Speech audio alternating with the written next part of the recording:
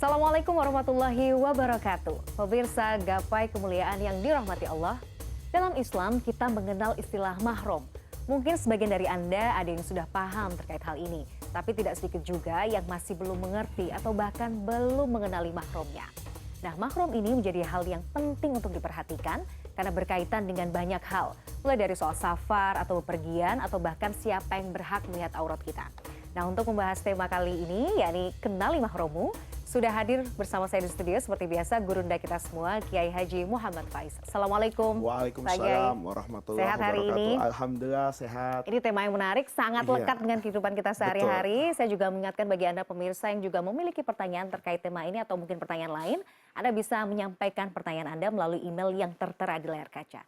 Pak Kiai, kalau kita bicara mahram, itu sebenarnya maksudnya apa? Dan sampai saat ini masih orang yang salah kaprah yang mengatakan mahram itu sama seperti muhrim. Nah, apa bedanya juga? Tafadhol. Saya ingin yang memulai dari yang terakhir. Jadi mahram dan muhrim itu dalam konteks apa?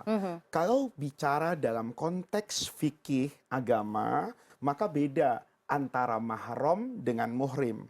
Mahram itu adalah perempuan yang haram saya nikahi, adalah perempuan kalau dalam madhab Syafi'i yang saya ketika bersentuhan itu ada yang membatalkan wudhu dan ada yang tidak membatalkan wudhu. Ada yang auratnya menjadi lebih ringan dan ada yang auratnya lebih berat, artinya lebih ketat. Itu namanya mahram.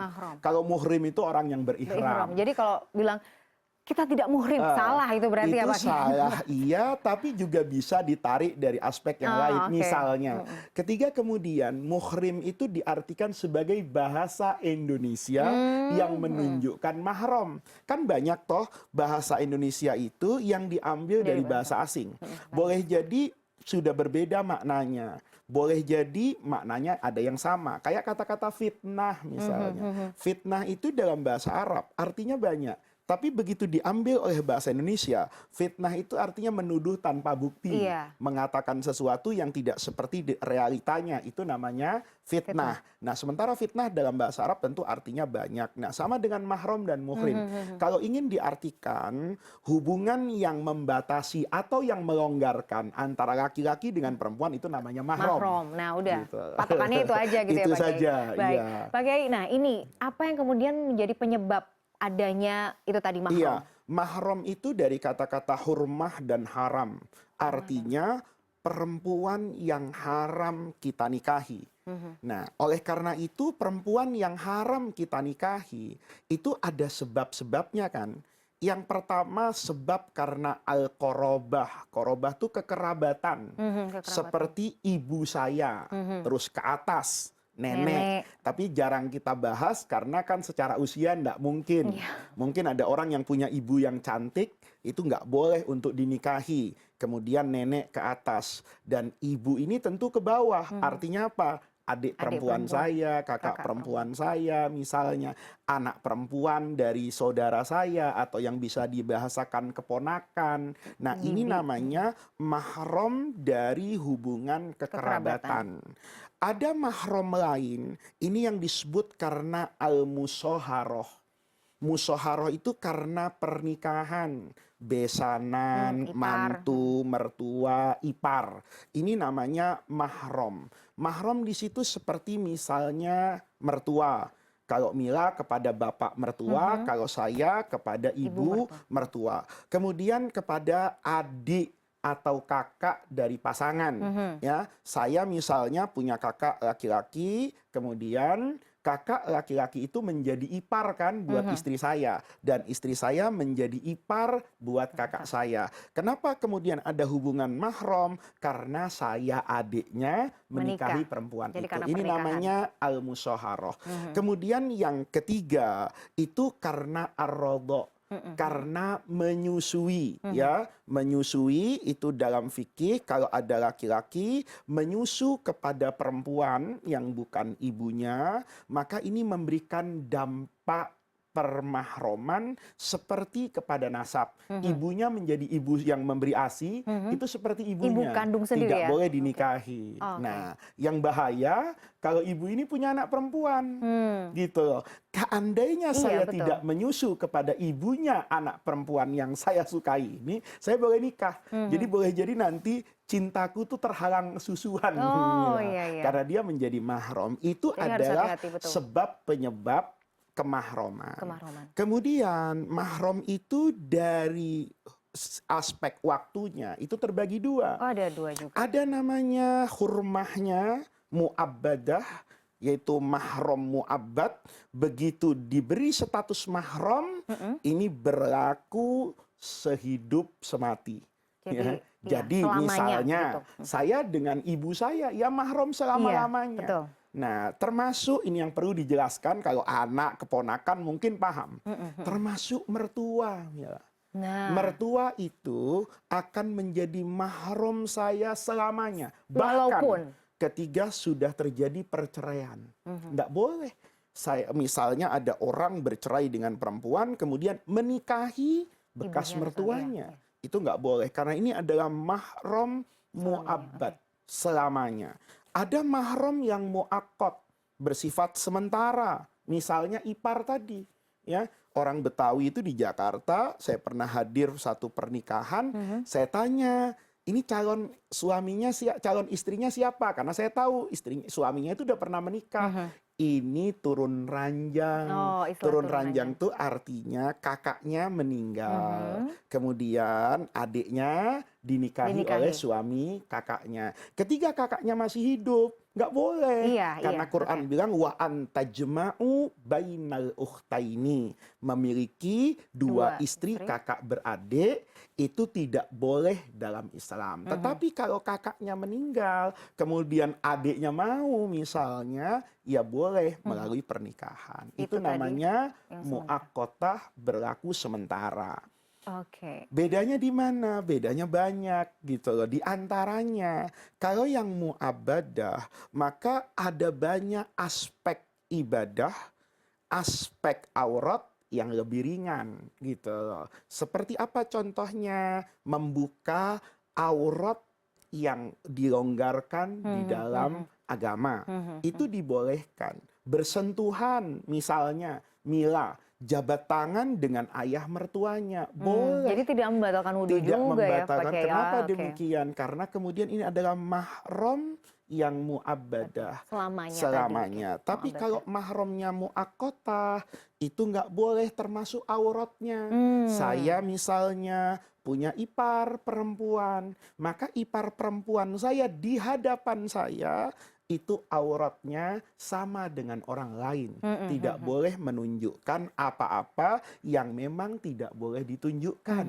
Ya, buat mereka yang berkeyakinan bahwa berjabat tangan dengan perempuan yang bukan mahramnya itu tidak boleh, maka saya juga tidak boleh berjabat tangan dengan adik ipar saya. Tetapi kalau ada orang yang berpendapat bahwa bersentuhan tangan dengan perempuan selama tidak mendatangkan syahwat, aman dari fitnah, itu tetap dibolehkan, maka saya boleh untuk berjabat tangan dengan mahram yang mu'akkotah tadi. Tapi yang paling penting auratnya tetap harus juga harus tertutup. Dan ya? itu diwanti-wanti loh sama agama. Kata agama ya bahwa yang namanya ipar itu jeratan. Karena sebetulnya saya boleh menikahi dia seandainya saya tidak pernah memiliki hubungan pernikahan dengan yang sebelumnya. Oleh karena itu kita lihat ketika dengan adik ipar, sedekat apapun dia tetap bukan adik saya. Iya. Itu mungkin melahirkan perasaan laki-laki kepada perempuan. Dan ini berbahaya karena kalau terjadi pasti bukan saja menyakiti dan melukai yang menjadi istri, tapi mungkin juga berdampak kepada keluarga. Luar biasa. Ini menarik sekali kalau kita bicara mahram ya Pak Kiai ya. Kita akan lanjutkan pada segmen berikutnya. Pemirsa jangan kemana-mana, Gapai Kemuliaan akan kembali sesaat lagi.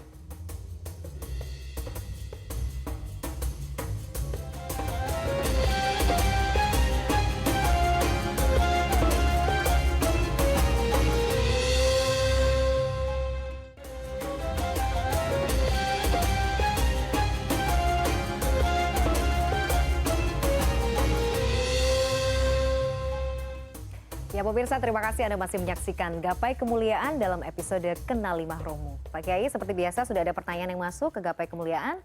Kita akan simak bersama. Mari. Assalamualaikum Ustadz, izin bertanya, bagaimana sebenarnya hukum seorang wanita yang pergi haji tanpa disertai mahramnya? Apakah boleh atau tidak? Terima kasih. Ya, ini pertanyaan dari Mbak Nabila. Ini kan berkaitan juga dengan safar ya Pak Kiai, safar dan mahram. Iya. Ini menarik sekali ya. Karena larangan perempuan berjalan, artinya melakukan safar keluar dari tempat di mana dia tinggal, kecuali dengan mengajak mahramnya, itu hadis Nabi. Yang pertama. Tetapi uniknya, ulama berbeda pandangan terkait kewajiban adanya mahram ketika orang pergi haji. Itu menunjukkan bahwa hadis Nabi yang melarang perempuan keluar kecuali dengan mahramnya itu dipahami oleh ulama berdasarkan situasi dan kondisi. Buktinya apa? Misalnya dalam mazhab Imam Syafi'i, seorang perempuan itu boleh pergi haji tanpa mahram, tapi dengan syarat. Ada syaratnya. Inda amnit thorik, di jalan aman. Kemudian dengan kelompok yang kelompok ini makmunah, bisa dipercaya, tidak terjadi perselingkuhan misalnya. Kenapa? Karena ketika orang pergi haji, misalnya jamaah Indonesia yang reguler itu kan 32 hari. Waktunya lama. Mungkin di Mekah masuk angin. Kebetulan ini orang biasa dengan obat tradisional namanya kerokan. Siapa yang ngerokin? Karena yang dikerokin kan bagian punggungnya, melihat aurat. Nah, ketika kemudian orang tadi bersama rombongan, ada ibu-ibunya juga, ada yang perempuan yang bisa membantu. Misalnya di jalanan, mau ke toilet, dia menjaga, kan tidak kemudian bercampur laki dengan perempuan. Atau kalau dia sakit, nanti yang mengambilkan makanan, itu ada perempuan. Apalagi kemudian ada petugas khusus dan sebagainya, maka ulama mengatakan itu boleh dilakukan. Nah, oleh karena itu sebetulnya ketika Nabi mensyaratkan adanya mahram saat bepergian, itu oleh sebagian ulama dipahami substansinya, bukan zahirnya. Dia berjalan sama mahramnya, misalnya ya, saya berjalan dengan adik saya ke Jogja. Saya temani di kereta api. Tapi begitu di Jogja saya capek, saya tidur aja seminggu. Adik saya pergi kemana-mana. Apa itu juga memenuhi kriteria? Kan enggak juga. Tapi boleh jadi adik saya yang perempuan pergi sendirian ke Jogja, pergi sendirian ke luar negeri, tetapi dia bisa menjaga kehormatannya sebagai seorang muslimah.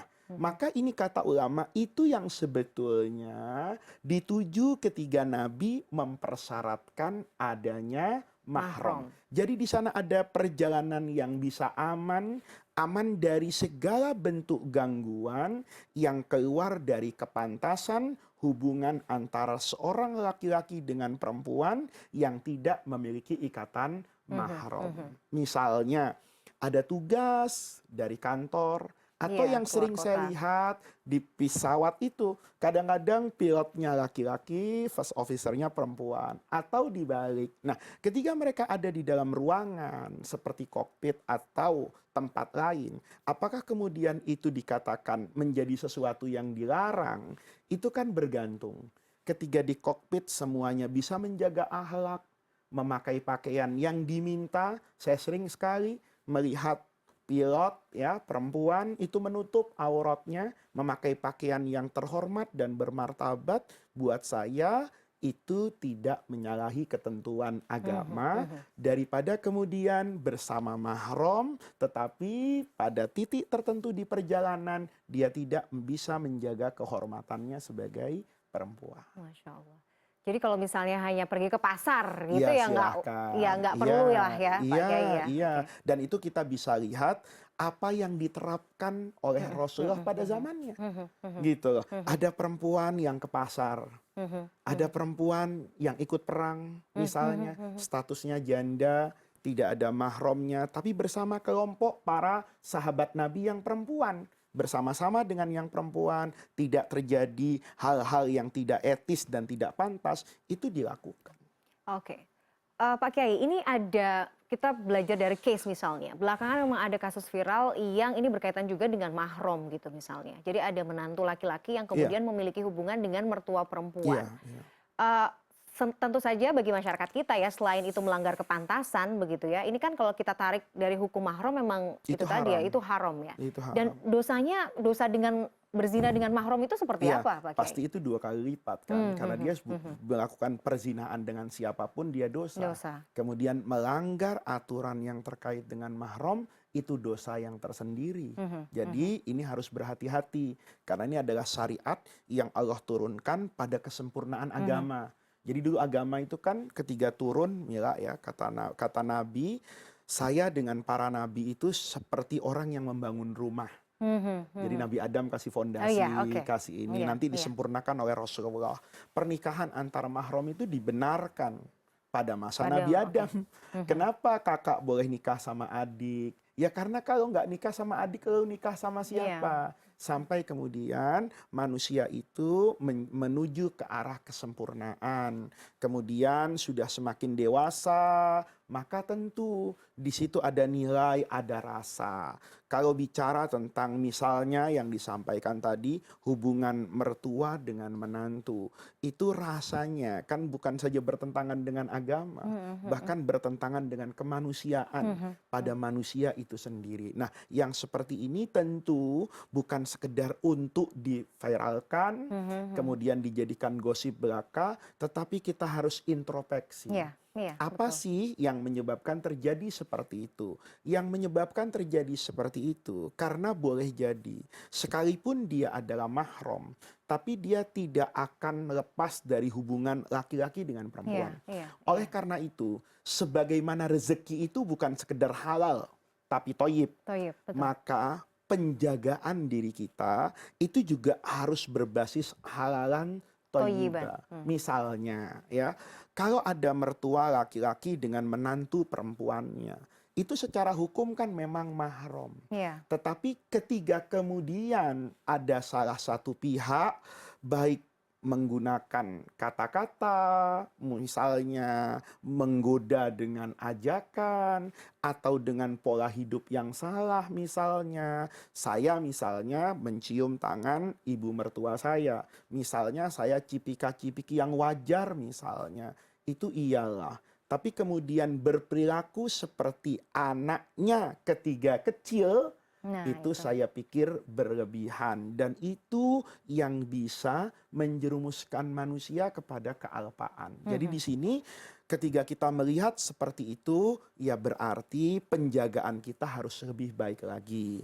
Tarbiyah, nilai pendidikan, itu juga harus semakin ditanamkan. Karena kalau itu lepas, ya boleh jadi itu yang membuat orang lupa diri. Ini luar biasa sih ini. Pak Kiai, tadi selain kemudian mertua yang juga menjadi mahram seumur hidup, Iya. ayah tiri misalnya atau Iya, ibu tiri iya, itu iya, juga iya, termasuk ya? sama. Kalau ada punya ibu sambung, ibu tiri, sudah dinikahi oleh ayahnya, maka kemudian wanita itu menjadi mahram seperti Oke, ibu oke. gitu loh. Artinya tidak boleh kemudian dinikahi. Walaupun Walaupun misalnya ayahnya nanti mungkin sudah tiada gitu. Jadi jandanya bapak itu nggak boleh itu akan untuk tetap dinikahi oleh statusnya menjadi anaknya, orang tua kita ya, orang Pak tua Kiai. kita. Nah, menyambung di segmen awal tadi Pak Kiai, saya ingat gitu. Kalau kita bicara mahram ini kan juga berkaitan dengan tadi karena persusuan. Oh iya. Kalau misalnya bang susu, nah Iya, bagaimana iya, kemudian betul, kondisi betul. seperti ini? Sekarang ini ada 2 hal Mila ya. Yang pertama adalah ketidaktahuan umat Islam terhadap aturannya. Jadi dia pinter sholat, pinter zakat, tapi tidak tahu nih hukum yang namanya hukum susuan. Sehingga di rumah sakit itu terjadi ya.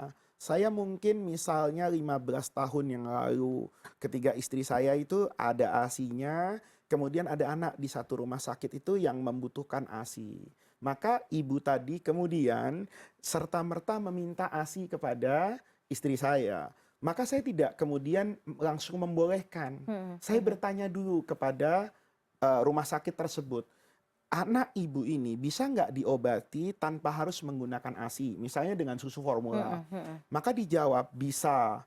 tapi mungkin untuk recovery-nya lebih lama. Saya katakan kalau masih bisa dan tidak berkaitan dengan nyawa manusia, saya katakan sebaiknya tidak menyusu kepada istri saya. Orang kemudian mengatakan pelit amat gitu kan ya. Mengapa Ini bukan demikian? soal pelit dan tidak pelit, karena ini ada aspek hukumnya. Baik. Nah, Gitu loh. karena kita harus jeda dulu, Iya. nanti kita lanjut lagi di segmen 3 Iya, Pak Kiai. iya. Pemirsa jangan kemana-mana, Gapai Kemuliaan masih akan kembali sesaat lagi.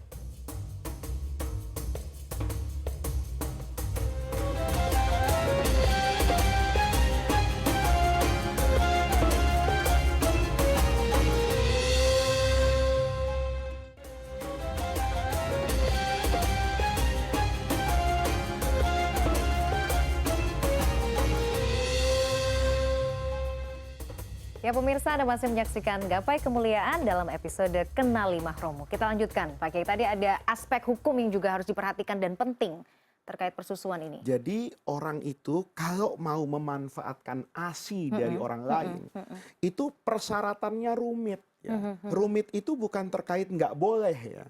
Kalau persyaratan ini dipenuhi, maka boleh.